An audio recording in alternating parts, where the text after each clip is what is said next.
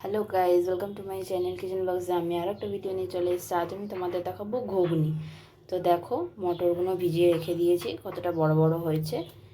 সারা রাত ধরে ভিজিয়ে রেখেছি, তোমরা সকালেও ভেজাতে পারো। তো চলো এবার এটাকে সিদ্ধ করবো। তো চলো তোমরা পুরো ভিডিওটা দেখতে থাকো। মটর খুব ভালোভাবে সিদ্ধ করে নিয়েছি, 2টো সিটি দিয়েছি, খুব ভালোভাবে গলে গেছে।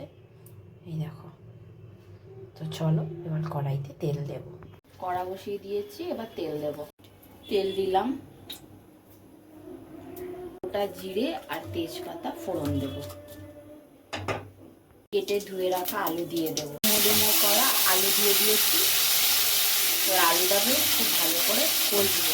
আলুটা একটু ভাজা ভাজা হয়ে যায়, তারপর একে একে সব মশলাগুলো দেবো। হালকা ভাজা ভাজা হয়ে গেছে, এবার পেঁয়াজ বাটা দেবো। খুব ভালো করে নাড়তে হবে পেঁয়াজের সাথে আলুটাকে। এবার দেবো টমেটো বাটা আর কাঁচা লঙ্কা কুচি।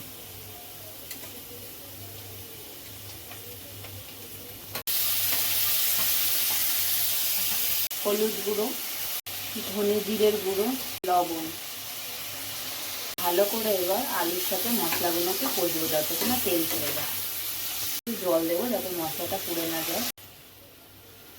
সিদ্ধ করে রাখা মটর দিয়ে দেবো। খুব ভালো করে নাড়তে হবে, এটা এবার ফুটবে। খুব ভালো করে মিশিয়ে নেব। খুব ভালো করে মিশিয়ে নিয়েছি, এবার ফুটলেই নিভিয়ে দেবো। দেখো আমাদের ঘুগনি একদম রেডি। আলু মটর সব সিদ্ধ হয়ে গেছে। লুচি, পরোটা, রুটির সাথে খুব ভালো লাগবে। তোমরা ওইটা একবার ট্রাই করো। ভালো লাগলে প্লিজ লাইক কমেন্ট শেয়ার করে দিও। টাটা।